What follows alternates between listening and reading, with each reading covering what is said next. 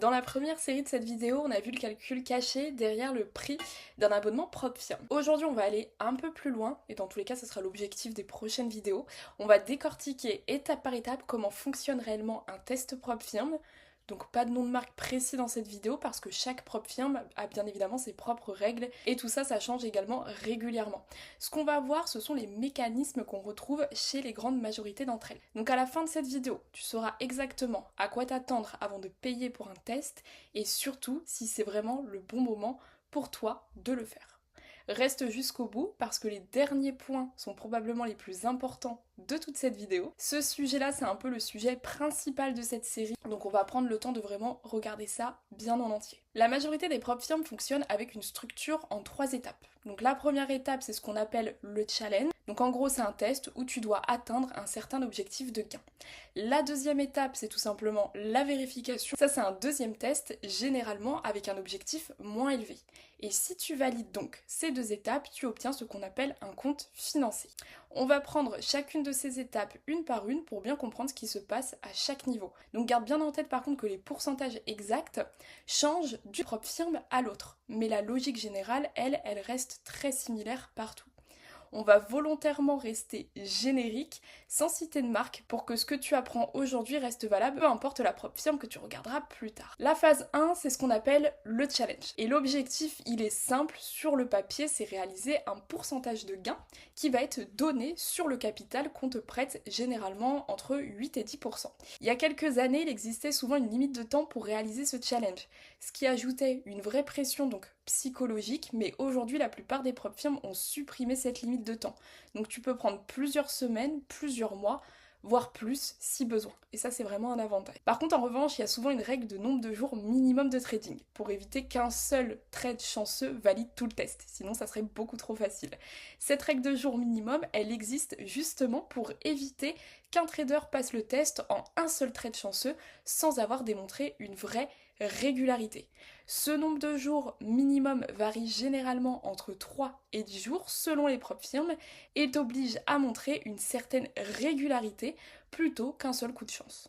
Beaucoup de traders sous-estiment cette contrainte en pensant pouvoir tout valider en une seule grosse journée, ce qui n'est presque jamais le cas dans les faits. Les règles de perte maximale. Donc en plus de l'objectif de gain, chaque propre firme impose des règles de perte maximale qu'il faut absolument respecter à tout prix. La première, c'est une perte journalière maximale, souvent autour de 5% du capital. La deuxième, c'est une perte totale maximale sur l'ensemble du test, souvent autour de 10%. Et si tu dépasses l'un de ces 2 seuils, même une seule fois, le test est généralement terminé et tu dois recommencer depuis le début. Ces règles s'appliquent aussi bien pendant le challenge que pendant la vérification et même une fois que le test est financé. Donc certaines propres firmes calculent la perte journalière à partir du solde du début de journée, d'autres à partir du solde le plus haut atteint pendant la journée, ce qui change concrètement la marge de manœuvre que tu as. Pour bien visualiser ces règles de perte, imagine un examen scolaire avec plusieurs matières. Tu peux avoir d'excellentes notes dans presque toutes les matières, mais s'il y a une matière qui va être éliminatoire et que tu obtiens une note en dessous du seuil requis, tu échoues à tout l'examen, peu importe les autres résultats. Et c'est exactement le principe des règles de perte maximale dans un test propre. Donc tu peux être excellent sur 29 jours de trading, une seule journée avec trop de pertes peut suffire à tout remettre en question. Cette comparaison, elle aide beaucoup de débutants à comprendre pourquoi la gestion du risque compte souvent plus que la capacité à faire des gains impressionnants. Une fois le challenge validé, tu passes à la deuxième étape qu'on appelle la vérification. Le principe est le même que le challenge, mais généralement avec un objectif de gain 2 fois moins élevé. Si le challenge demande 10%, la vérification va souvent te demander 5%. Les mêmes règles de perte maximale s'appliquent journalière et totale. L'idée derrière cette deuxième étape, c'est de confirmer, tout simplement de confirmer ta performance au challenge n'était pas un seul coup de chance isolé. L'idée derrière cette exigence plus faible en vérification, c'est aussi de laisser un peu plus de marge au trader, qui a déjà prouvé une partie de sa compétence lors du challenge. Donc certaines propres firmes proposent même de sauter complètement cette deuxième étape, moyennant un prix plus élevé pour le test initial, même le principe de fond reste totalement identique. On pourrait se demander pourquoi les propres firmes ne font pas un seul test plus long au lieu de 2 étapes séparées. Et il y a une raison par rapport à ça, c'est un effet psychologique bien connu. En fait, il y a beaucoup de traders, une fois le challenge validé rapidement, ils ressentent le besoin d'aller encore plus vite sur la vérification. Et cette précipitation, finalement, elle pousse certains à prendre plus de risques que d'habitude et donc à casser une règle de perte maximale. Résultat, ils doivent repayer un nouveau test, ce qui profite directement au moment économique de la propre firme. En réalité, ce n'est pas systématique ni volontaire pour tout le monde, mais c'est un mécanisme à avoir en tête avant de se lancer. C'est aussi pour ça qu'il est essentiel de garder exactement la même discipline entre le challenge et la vérification sans changer ta façon de trader parce que l'objectif semble plus facile à atteindre. Si tu valides le challenge et la vérification, tu obtiens ce qu'on appelle un compte financé. Attention, nuance essentielle, tu ne peux jamais retirer le capital de départ qui t'a été prêté. Ce capital reste la propriété de la propre firme du début à la fin. Ce que tu peux retirer en revanche, ce sont les gains que tu génères en tradant avec ce capital généralement chaque mois. C'est ce mécanisme de levier qui rend l'offre attractive. Tu génères des gains sur un capital que tu n'as jamais eu à sortir de ta poche. C'est très différent d'un compte que tu ouvrirais toi-même avec ton propre argent où le capital pour le coup t'appartient entièrement avec ou sans les gains. Quand tu génères un profit sur ton compte financé, tu n'en gardes pas 100%. Il existe un partage des gains entre toi et la propre firme, souvent autour de 80% pour le trader et 20% pour la propre firme. Mais ça va varier tout simplement d'une propre firme à une autre. Prenons un exemple simple. Si toi tu réalises aujourd'hui 1000 euros de profit brut et que le partage est de 80-20, tu gardes 800 euros et la propre firme, elle, en garde tout simplement 200. Ce pourcentage doit toujours être vérifié avant de t'engager, parce qu'il change directement, va réellement toucher. Ce pourcentage peut d'ailleurs évoluer avec le temps chez certaines propres firmes, notamment via des programmes de scaling, où la part du trader augmente progressivement. Il existe aussi des offres avec des partages différents, parfois 70-30, parfois 90-10, généralement en fonction du prix à payer au départ ou du programme choisi. Voici un chiffre qu'on ne voit jamais mis en avant dans les publicités de propre firme. La grande majorité des traders qui achètent un test échouent, que ce soit au challenge ou à la vérification. C'est pas un hasard ni un accident, en grande partie c'est ce qui permet au modèle économique de fonctionner. Beaucoup de personnes se lancent séduites par la promesse de trader un gros capital rapidement sans avoir d'abord à valider leur propre stratégie.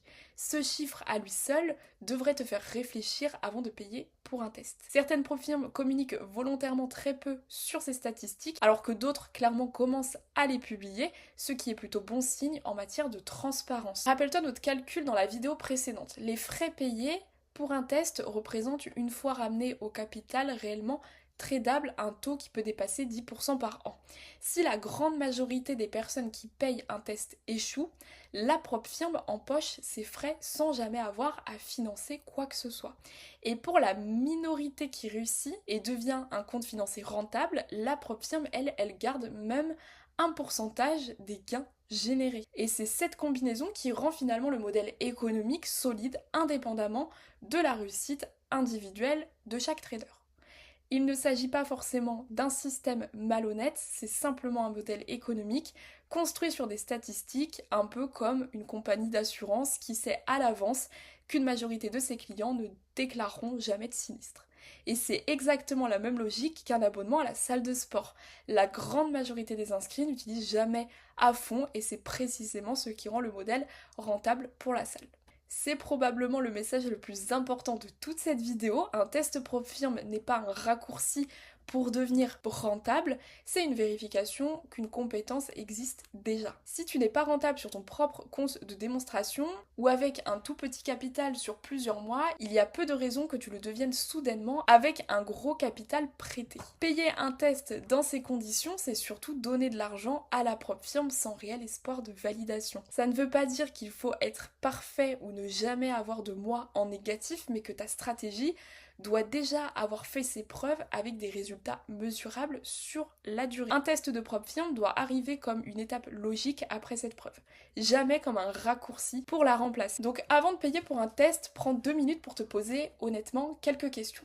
Est-ce que je suis rentable depuis plusieurs mois sur mon propre compte, avant même de penser à un capital prêté? Est-ce que je connais précisément les règles de perte maximale de cette propre firme en particulier? Est-ce que je sais exactement ce qui se passe si j'échoue? Ou est-ce que je vais devoir repayer un nouveau test depuis le début? Est-ce que je connais le pourcentage exact des gains une fois le compte financier obtenu? Une dernière question, peut-être la plus importante, est-ce que j'ai un plan trading écrit avec des règles de gestion du risque clairement définies et pas seulement des convictions dans ma tête?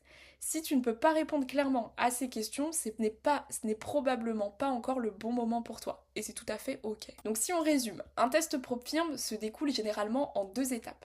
Le challenge, puis la vérification, avant bien évidemment l'obtention du compte financier. Chaque étape a des règles strictes de perte maximale qui s'appliquent journalière et totale. Une fois le compte financier obtenu, le capital ne t'appartient jamais. Seuls les gains générés dessus peuvent être retirés selon un pourcentage de partage défini à l'avance.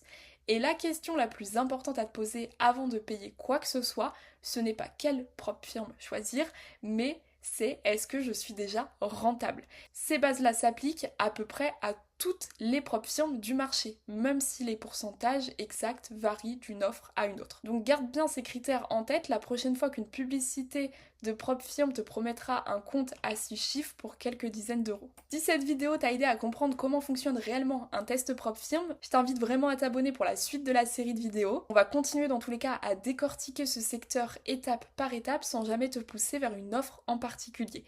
Et bien évidemment, tu retrouves toutes mes ressources en description ainsi que le canal Telegram qui est totalement gratuit dans la description.